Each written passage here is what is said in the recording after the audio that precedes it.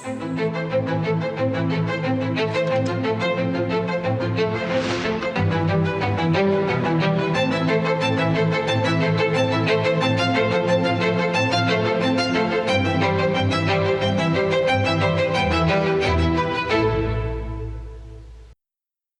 প্রিয় দেশবাসী, নমস্কার। মন কি বাতে আপনাদের আরও একবার স্বাগত জানাই। নভেম্বর মাস সঙ্গে করে অনেক অনুপ্রেরণা নিয়ে এসেছে। কিছুদিন আগেই ২৬শে নভেম্বর সংবিধান দিবস উপলক্ষে সেন্ট্রাল হলে বিশেষ অনুষ্ঠানের আয়োজন করা হয়েছিল। বন্দে মাতারামের ১৫০ বছর পূর্তি উপলক্ষে সারা দেশ জুড়ে চমৎকার সব অনুষ্ঠানের আয়োজন করা হয়েছিল। ২৫শে নভেম্বর অযোধ্যায় রাম মন্দিরে ধর্মধ্বজা উত্তোলন করা হয়েছে। এই দিনেই কুরুক্ষেত্রে জ্যোতিষরে ৫ জন্য স্মারকের উদ্বোধন করা হয়েছে। বন্ধুরা, কিছুদিন আগেই আমি হায়দ্রাবাদে বিশ্বের বৃহত্তম লিফট ইঞ্জিন এমআরও ফ্যাসিলিটির উদ্বোধন করেছি। এয়ারক্রাফটের মেইনটেন্যান্স, রিপেয়ার অ্যান্ড ওভারহলের ক্ষেত্রে ভারত একটি বড় পদক্ষেপ নিয়েছে। গত সপ্তাহে মুম্বাইতে একটি অনুষ্ঠানের সময় আইএনএস মাহেকে ভারতীয় নৌসেনায় অন্তর্ভুক্ত করা হয়েছে। গত সপ্তাহেই ভারতের স্পেস ইকোসিস্টেমকে স্কাইরুটের ইনফিনিটি ক্যাম্পাস এক নতুন উড়ান দিয়েছে। এটি ভারতের নতুন ভাবনা, ইনোভেশন এবং ইয়ুথ পাওয়ারের প্রতিবিম্ব হয়ে উঠেছে। বন্ধুরা, কৃষি ক্ষেত্রেও দেশ বড় সাফল্য অর্জন করেছে। ভারত ৩৫৭ মিলিয়ন টন খাদ্যশস্য উৎপাদন করে একটি ঐতিহাসিক রেকর্ড তৈরি করেছে। ৩৫৭ মিলিয়ন টন। 10 বছর আগের তুলনায় ভারতের খাদ্যশস্য উৎপাদন ১০০ মিলিয়ন টন বৃদ্ধি পেয়েছে। খেলার জগতেও ভারতের বিজয় পতাকা উড়েছে। কিছুদিন আগেই কমনওয়েলথ গেমসের আয়োজক দেশ হিসেবেও ঘোষণা করা হয়েছে। এও একটি বড় অর্জন। এটা দেশবাসীর আর মন কি বাত দেশের মানুষের এই ধরনের সাফল্যকে এবং মানুষের সম্মিলিত প্রচেষ্টাকে সাধারণ মানুষের সামনে তুলে ধরার একটি চমৎকার মঞ্চ। বন্ধুরা, যদি মনে জেদ থাকে আর সম্মিলিত শক্তির ওপর এবং দলগত কাজের ওপর বিশ্বাস থাকে, যদি পড়ে গিয়ে আবার উঠে দাঁড়ানোর সাহস থাকে, তাহলে কঠিন থেকে কঠিনতম কাজেও সাফল্য নিশ্চিত হয়ে যায়।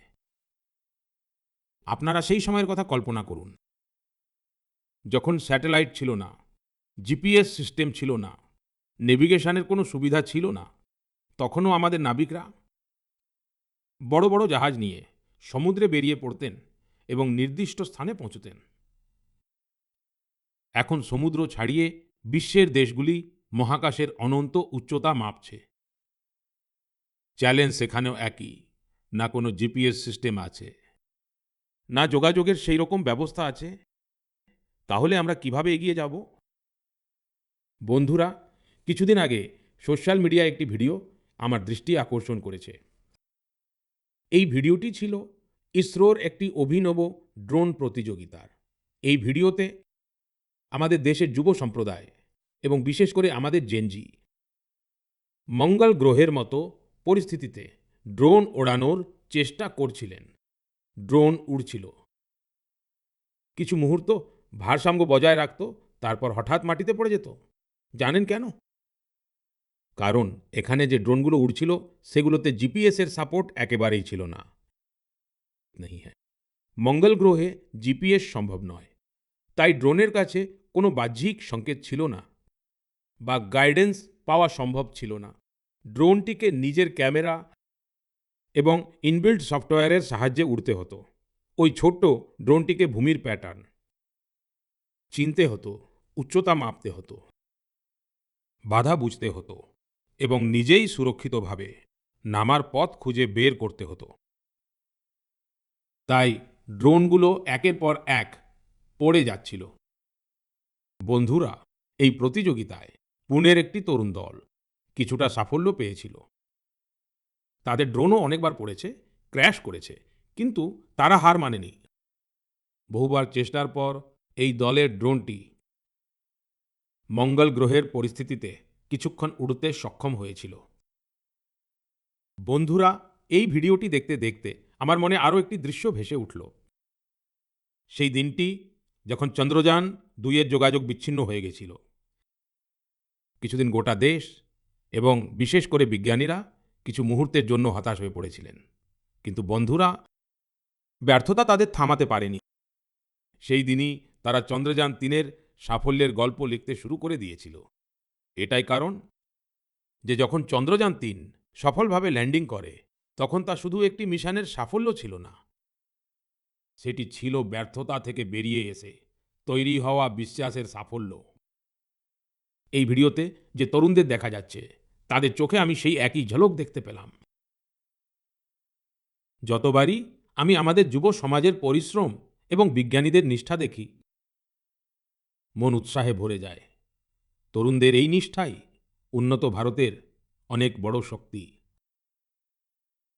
আমার প্রিয় দেশবাসী, আপনারা সকলেই মধুর মিষ্টতার সঙ্গে অবশ্যই পরিচিত। কিন্তু প্রায়শই আমরা এটা জানতে পারি না, এর পেছনে কত মানুষের পরিশ্রম আছে, কত ঐতিহ্য আছে এবং প্রকৃতির সঙ্গে কত সুন্দর সমন্বয় রয়েছে। বন্ধুরা, জম্মু ও কাশ্মীরের পাহাড়ি অঞ্চলে বন তুলসী অর্থাৎ সুলাই, সুলাইয়ের ফুল থেকে এখানকার মৌমাছিরা অত্যন্ত অনন্য মধু তৈরি করে। এই মধু সাদা রঙের হয়, যাকে রামবন সুলাই হানি বলা হয়। কয়েক বছর আগেই রামবন সুলাই হানিকে জিআই ট্যাগ দেওয়া হয়েছে। এরপর থেকে এই মধুর পরিচিতি সারা দেশে ছড়িয়ে পড়ছে। বন্ধুরা, দক্ষিণ কন্নড় জেলার পুত্তুরে সেখানকার গাছপালা মধু উৎপাদনের জন্য উৎকৃষ্ট বলে মনে করা হয়।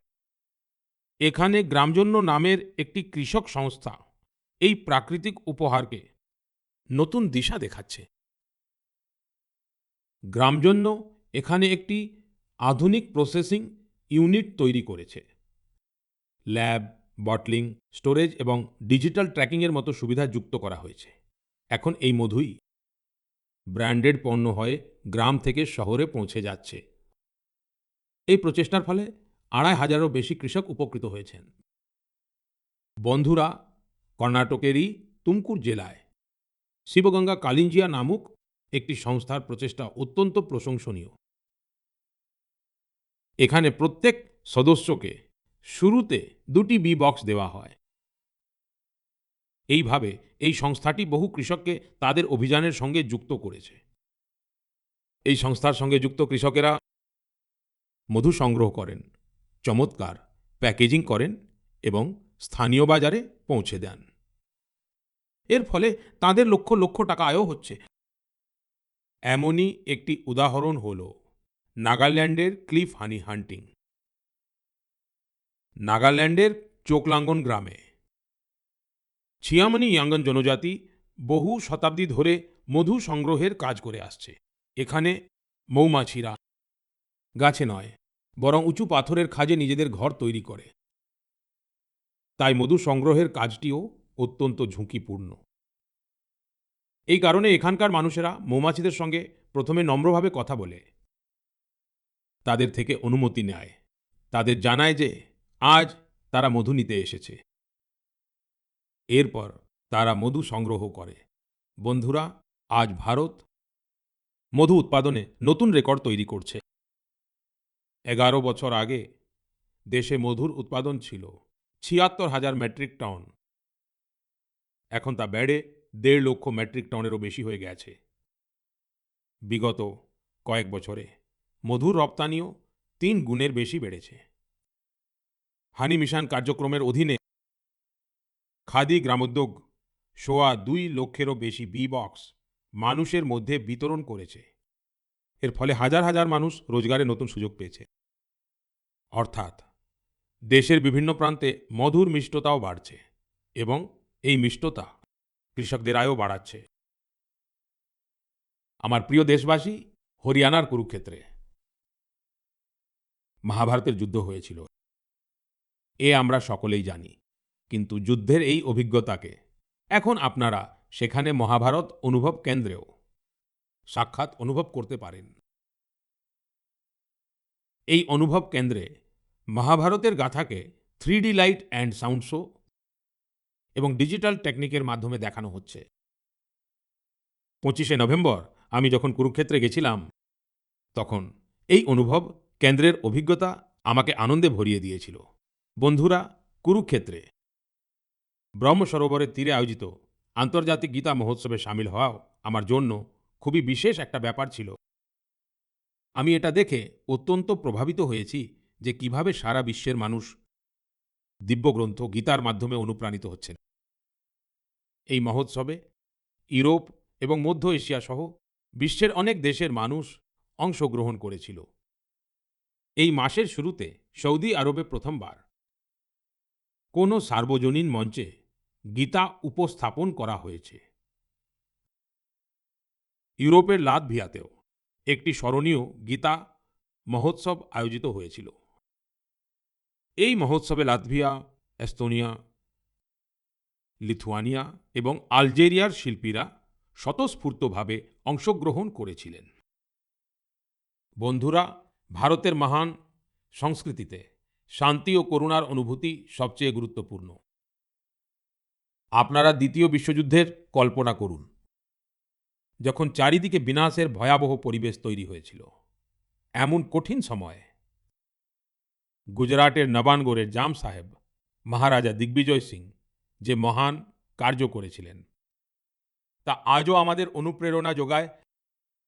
সেই সময় জাম সাহেব কোনো সামরিক জোট বা যুদ্ধের রণনীতি নিয়ে ভাবছিলেন না, বরং তাঁর চিন্তা ছিল যে কিভাবে বিশ্বযুদ্ধের মাঝে পোলিশ ইহুদি শিশুদের রক্ষা করা যায়। তিনি গুজরাটে তখন হাজার হাজার শিশুকে আশ্রয় দিয়ে তাদের নতুন জীবন দিয়েছিলেন, যা আজও একটি দৃষ্টান্ত। কিছুদিন আগে দক্ষিণ ইসরায়েলের মোশাভ নেভাটিমে জাম সাহেবের প্রতিমূর্তির উন্মোচন করা হয়েছে। এটি একটি অত্যন্ত বিশেষ সম্মান। গত বছর পোল্যান্ডের ভার্সোতে জাম সাহেবের স্মারকে শ্রদ্ধার্ঘ্য অর্পণ করার সৌভাগ্য হয়েছিল। আমার জন্য সেই মুহূর্তটি অবিস্মরণীয় হয়ে থাকবে। আমার প্রিয় দেশবাসী, কিছুদিন আগে আমি ন্যাচারাল ফার্মিংয়ের একটি বিশাল সম্মেলনে অংশ নিতে কোয়েম্বাটুর গিয়েছিলাম। দক্ষিণ ভারতে ন্যাচারাল ফার্মিং নিয়ে যে প্রচেষ্টা চলছে, তা দেখে আমি অত্যন্ত প্রভাবিত হয়েছি। কত হাইলি কোয়ালিফাইড প্রফেশনাল যুবক যুবতী ন্যাচারাল ফার্মিং ফিল্ডে আসছেন। আমি সেখানে কৃষকদের সঙ্গে কথা বলেছি, তাদের অভিজ্ঞতা জেনেছি। ন্যাচারাল ফার্মিং ভারতের প্রাচীন ঐতিহ্যের অংশ এবং আমাদের সকলের কর্তব্য হল ধরিত্রী মায়ের রক্ষার জন্য একে নিরন্তর উৎসাহিত করা। বন্ধুরা, বিশ্বের সবচেয়ে পুরনো ভাষা এবং বিশ্বের সবচেয়ে প্রাচীন শহরগুলির মধ্যে একটি শহর, এই দুটির সমন্বয় সর্বদাই চমকপ্রদ। আমি কাশী তামিল সঙ্গমামের কথা বলছি। 2রা ডিসেম্বর থেকে কাশীর নমঘাটে চতুর্থ কাশী তামিল সঙ্গমাম উৎসব শুরু হচ্ছে। এবারের কাশী তামিল সঙ্গমামের থিম খুবই আকর্ষণীয়, লার্ন তামিল। তামিল করকলম কাশী তামিল সঙ্গমম সেই সমস্ত মানুষের জন্য একটি গুরুত্বপূর্ণ মঞ্চ হয়ে উঠেছে যাদের তামিল ভাষার প্রতি অনুরাগ আছে। কাশীর মানুষের সঙ্গে যখনই কথা হয়, তখন তারা সবসময় বলেন যে কাশী তামিল সঙ্গমামের অংশ হতে তাদের খুব ভালো লাগে। এখানে তারা নতুন কিছু শেখার এবং নতুন নতুন মানুষের সঙ্গে দেখা করার সুযোগ পান। এইবারও কাশীবাসী পূর্ণ উদ্যম ও উৎসাহের সঙ্গে তামিলনাড়ু থেকে আগত নিজেদের ভাই বোনদের স্বাগত জানানোর জন্য অত্যন্ত উৎসুক। আপনাদের সকলকে কাশী তামিল সঙ্গমামের অংশ হতে অনুরোধ করছি। এর সাথে এমন আরও মঞ্চের কথা ভাবুন, যা দিয়ে এক ভারত শ্রেষ্ঠ ভারতের ভাবনা শক্তিশালী হয়। এখানে আমি আরেকবার বলতে চাইব, तमिल कलाचारम उयर्वानद, तमिल मौली उयर्वानद, तमिल ইন্দিয়াবিন পেরুমিদম। আমার প্রিয় দেশবাসী, যখন ভারতের সুরক্ষা ব্যবস্থা শক্তিশালী হয় তখন প্রত্যেক ভারতীয় গর্বিত হন। গত সপ্তাহে মুম্বাইতে আইএনএস মাহেকে ভারতীয় নৌবাহিনীতে অন্তর্ভুক্ত করা হয়েছে। কিছু মানুষের মধ্যে এর স্বদেশী ডিজাইন নিয়ে খুব আলোচনা হয়েছে। আবার পুদুচেরি এবং মালাবার উপকূলের মানুষ এর নামেই খুশি হয়েছেন। আসলে মাহে নামটি একটি জায়গার নামে রাখা হয়েছে যার একটি সমৃদ্ধ ঐতিহাসিক ঐতিহ্য রয়েছে। কেরালা এবং তামিলনাড়ুর অনেক মানুষ এই বিষয়টি লক্ষ্য করেছেন যে এই যুদ্ধজাহাজটির ক্রেস্ট উরুমি এবং কালহরিয়াপট্টুর ঐতিহ্যবাহী নমনীয় তরবারির মতো দেখতে। এটা আমাদের সকলের জন্য গর্বের বিষয় যে আমাদের নৌবাহিনী খুব দ্রুত আত্মনির্ভরতার দিকে এগিয়ে চলেছে। 4ই ডিসেম্বর আমরা নৌবাহিনী দিবস পালন করতে চলেছি। এই উপলক্ষটি আমাদের সৈন্যদের অদম্য সাহস এবং পরাক্রমকে সম্মান জানানোর একটি বিশেষ দিন। বন্ধুরা, যারা নৌবাহিনীর সঙ্গে যুক্ত পর্যটনে আগ্রহী তাদের জন্য আমাদের দেশে অনেক জায়গা আছে যেখানে গিয়ে তারা অনেক কিছু শিখতে পারবেন। দেশের পশ্চিম উপকূলে গুজরাটের সোমনাথের কাছে একটি জেলা আছে দিউ। দিউতে আইএনএস খুকরিকে উৎসর্গীকৃত খুকরি মেমোরিয়াল অ্যান্ড মিউজিয়াম আছে। আবার গোয়ায় নেভাল এভিয়েশন মিউজিয়াম আছে, যা এশিয়ার মধ্যে অনন্য এক সংগ্রহশালা। ফোর্ট কোচির আইএনএস দ্রোণাচার্যে ইন্ডিয়ান নেভাল মেরিটাইম মিউজিয়াম আছে। এখানে আমাদের দেশের মেরিটাইম হিস্ট্রি এবং ইন্ডিয়ান নেভির ইভলিউশন দেখা যায়। শ্রী বিজয়পুরম, যাকে আগে পোর্ট ব্লেয়ার বলা হতো, সেখানে সামুদ্রিকা নেভাল মেরিন মিউজিয়াম সেই অঞ্চলের সমৃদ্ধ ইতিহাসকে তুলে ধরার জন্য পরিচিত। কারোয়ারের রবীন্দ্রনাথ ট্যাগর বিচে ওয়ারশিপ মিউজিয়ামে মিসাইল এবং অস্ত্রের রেপ্লিকা রাখা হয়েছে। বিশাখাপত্তনমেও একটি সাবমেরিন, হেলিকপ্টার এবং এয়ারক্রাফট মিউজিয়াম আছে, যা ইন্ডিয়ান নেভির সঙ্গে যুক্ত। আমি আপনাদের সকলকে, বিশেষ করে যারা মিলিটারি ইতিহাসে আগ্রহী, তাদের অনুরোধ করছি যে আপনারা এই মিউজিয়ামগুলি অবশ্যই দেখতে যান। আমার প্রিয় দেশবাসী, শীতকাল এসে গেছে এবং তার সাথে শীতকালীন পর্যটনের সময়ও এসে গেছে। বিশ্বের অনেক দেশ শীতকালীন পর্যটনকে, উইন্টার ট্যুরিজমকে তাদের অর্থনীতির একটি খুব বড় ভিত্তি বানিয়েছে। অনেক দেশে বিশ্বের সবচেয়ে সফল উইন্টার ফেস্টিভ্যাল এবং উইন্টার স্পোর্টস মডেল আছে। এই দুটি অংশ স্কিইং, স্নোবোর্ডিং, স্নো ট্রেকিং, আইস ক্লাইম্বিং এবং ফ্যামিলি স্নো পার্কের মতো অভিজ্ঞতাকে তাদের পরিচয় বানিয়েছে। তারা তাদের উইন্টার ফেস্টিভ্যালগুলোকেও বিশ্বব্যাপী আকর্ষণে পরিণত করেছে। বন্ধুরা, আমাদের দেশেও উইন্টার ট্যুরিজমের সমস্ত সম্ভাবনা বিদ্যমান। আমাদের কাছে পাহাড়ও আছে, সংস্কৃতিও আছে, আর অ্যাডভেঞ্চারের অসীম সম্ভাবনাও আছে। আমি আনন্দিত যে আজকাল উত্তরাখণ্ডের উইন্টার ট্যুরিজম মানুষকে খুব আকর্ষণ করছে। শীতের মরশুমে আউলি, মুন্সিয়ারি, চোপটা এবং ডেহরার মতো জায়গাগুলি খুব জনপ্রিয় হচ্ছে। কিছুদিন আগেই পিথোরাগড় জেলায় 14,500 ফুটেরও বেশি উচ্চতায় আদি কৈলাসে রাজ্যের প্রথম হাই অল্টিটিউড আল্ট্রা রান ম্যারাথনের আয়োজন করা হয়েছিল। এতে সারা দেশের 18টি রাজ্য থেকে 750-রও বেশি অ্যাথলিট অংশ নিয়েছিলেন। 60 কিলোমিটার দীর্ঘ আদি কৈলাস পরিক্রমা রানের সূচনা কনকনে ঠান্ডার মধ্যে ভোর 5টায় হয়েছিল। এত ঠান্ডা সত্ত্বেও মানুষের উৎসাহ দেখার মতো ছিল। আদি কৈলাস যাত্রায়, যেখানে 3 বছর আগে পর্যন্ত মাত্র 2000-এর কম পর্যটক আসতেন, এখন এই সংখ্যাও বেড়ে 30,000-এরও বেশি হয়ে গেছে। বন্ধুরা, আর কয়েক সপ্তাহের মধ্যেই উত্তরাখণ্ডে উইন্টার গেমসের আয়োজন হতে চলেছে। সারা দেশের খেলোয়াড়, অ্যাডভেঞ্চার প্রেমী এবং খেলার সঙ্গে যুক্ত মানুষেরা এই আয়োজন নিয়ে উৎসাহিত। স্কিইং হোক বা স্নোবোর্ডিং, বরফের উপর হওয়া অনেক খেলার প্রস্তুতি শুরু হয়ে গেছে উত্তরাখণ্ড উইন্টার ট্যুরিজমের প্রচারের জন্য। কানেক্টিভিটি এবং ইনফ্রাস্ট্রাকচারের উপরেও ফোকাস করা হয়েছে। হোমস্টে নিয়ে নতুন পলিসিও তৈরি করা হয়েছে।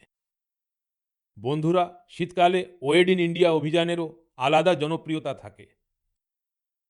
শীতের সোনালি রোদ হোক, পাহাড় থেকে নেমে আসা কুয়াশার চাদর হোক, ডেস্টিনেশন ওয়েডিংয়ের জন্য পাহাড়ও খুব জনপ্রিয় হচ্ছে। অনেক বিয়ে তো এখন বিশেষ করে গঙ্গা নদীর তীরে হচ্ছে। বন্ধুরা, শীতের এই দিনগুলিতে হিমালয়ের উপত্যকা এমন এক অভিজ্ঞতার অংশ হয়ে যায় যা সারা জীবন সঙ্গে থাকে। আপনি যদি এই শীতে কোথাও যাওয়ার কথা ভাবছেন, তাহলে হিমালয়ের উপত্যকার কথা অবশ্যই ভাববেন। বন্ধুরা, কয়েক সপ্তাহ আগে আমি ভুটান গিয়েছিলাম। এই ধরনের সফরে বিভিন্ন ধরনের আলোচনার সুযোগ পাওয়া যায়। আমার এই যাত্রায় আমি ভুটানের রাজা, বর্তমান রাজার পিতা, যিনি নিজেও আগে রাজা ছিলেন, সেখানকার প্রধানমন্ত্রী এবং অন্যান্য মানুষের সঙ্গে দেখা করেছি। এই সময় প্রত্যেকের কাছ থেকে একটা কথা অবশ্যই শুনতে পেয়েছি। সকলেই সেখানে বুদ্ধিস্ট রেলিক্স অর্থাৎ ভগবান বুদ্ধের পবিত্র দেহাবশেষ পাঠানোর জন্য ভারতবাসীর প্রতি কৃতজ্ঞতা প্রকাশ করছিলেন। আমি যখনই এটা শুনেছি, আমার হৃদয় গর্বে ভরে উঠেছে।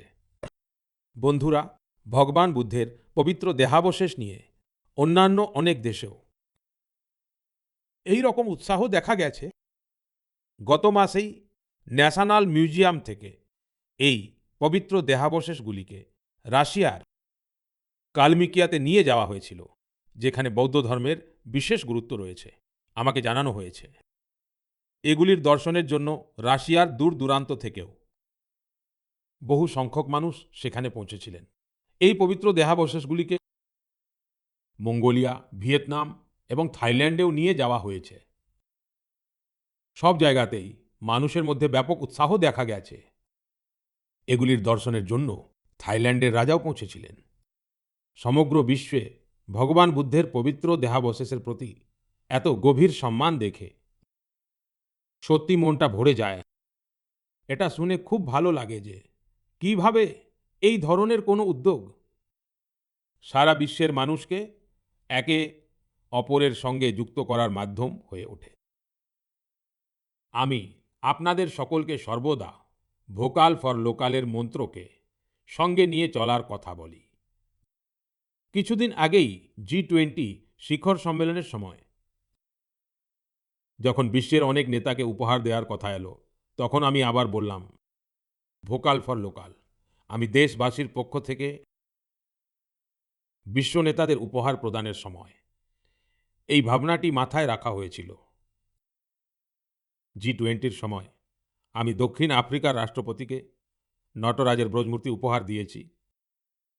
এটি তামিলনাড়ুর তাঞ্জাভুরের সাংস্কৃতিক ঐতিহ্যের সঙ্গে যুক্ত চোল যুগের ভাস্কর্যের এক চমৎকার উদাহরণ। কানাডার প্রধানমন্ত্রীকে রূপোর ঘোড়ার প্রতিকৃতি দেওয়া হয়েছে, যা রাজস্থানের উদয়পুরের চমৎকার ভাস্কর্য শিল্পকে তুলে ধরে। জাপানের প্রধানমন্ত্রীকে রূপোর বুদ্ধের প্রতিকৃতি উপহার দেওয়া হয়েছে। এতে তেলেঙ্গানা আর করিমনগরের বিখ্যাত সিলভার ক্রাফটের সূক্ষ্মতা প্রকাশ পায়। ইতালির প্রধানমন্ত্রীকে ফুলের নকশা করা রূপোর আয়না উপহার দেওয়া হয়েছে। এটিও করিমনগরেরই ঐতিহ্যবাহী ধাতু শিল্পকলাকে তুলে ধরে। অস্ট্রেলিয়ার প্রধানমন্ত্রীকে পিতলের উর্লি উপহার দিয়েছিলাম।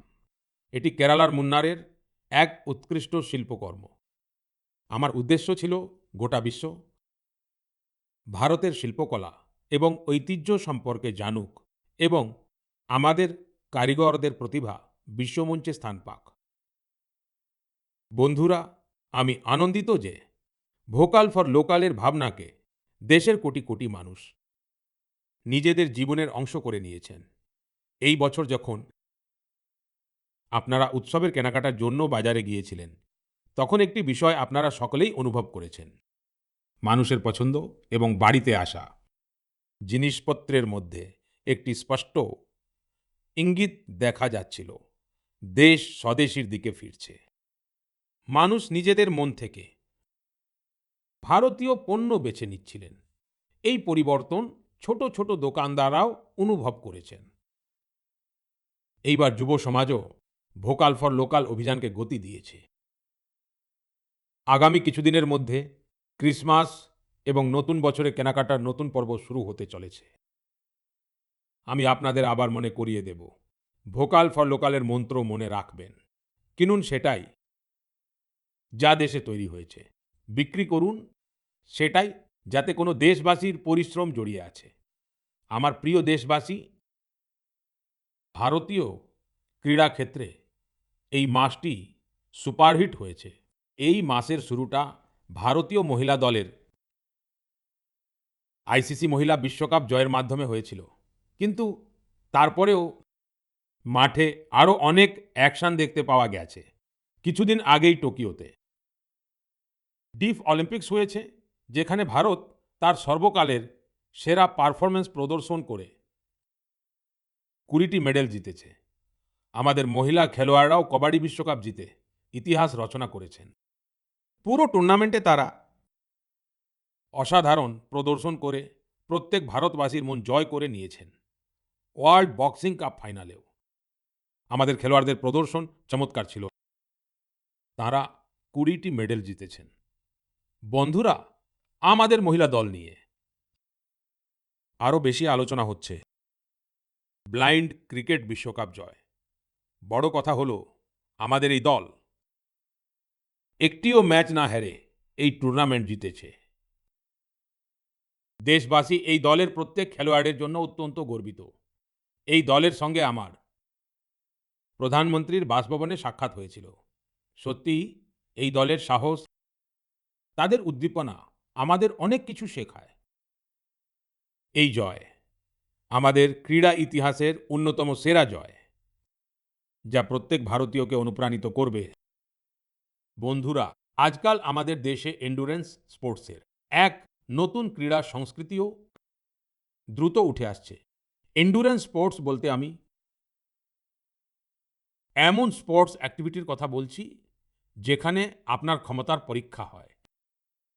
কয়েক বছর আগে পর্যন্ত ম্যারাথন এবং বাইকাথনের মতো বিশেষ ইভেন্ট কিছু নির্দিষ্ট মানুষের মধ্যেই সীমাবদ্ধ ছিল, কিন্তু এখন অনেক কিছু বদলে গেছে।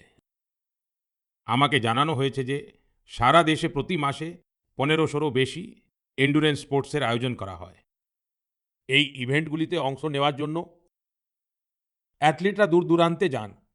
বন্ধুরা, এন্ডুরেন্স স্পোর্টসেরই একটি উদাহরণ হলো আয়রনম্যান ট্রায়াথলন। আপনারা কল্পনা করুন, যদি আপনাদের বলা হয় আপনাদের কাছে একদিনেরও কম সময় আছে এবং আপনাদের এই 3টি কাজ করতে হবে: সমুদ্রে 4 কিলোমিটার সাঁতার কাটা, 180 কিলোমিটার সাইকেল চালানো এবং প্রায়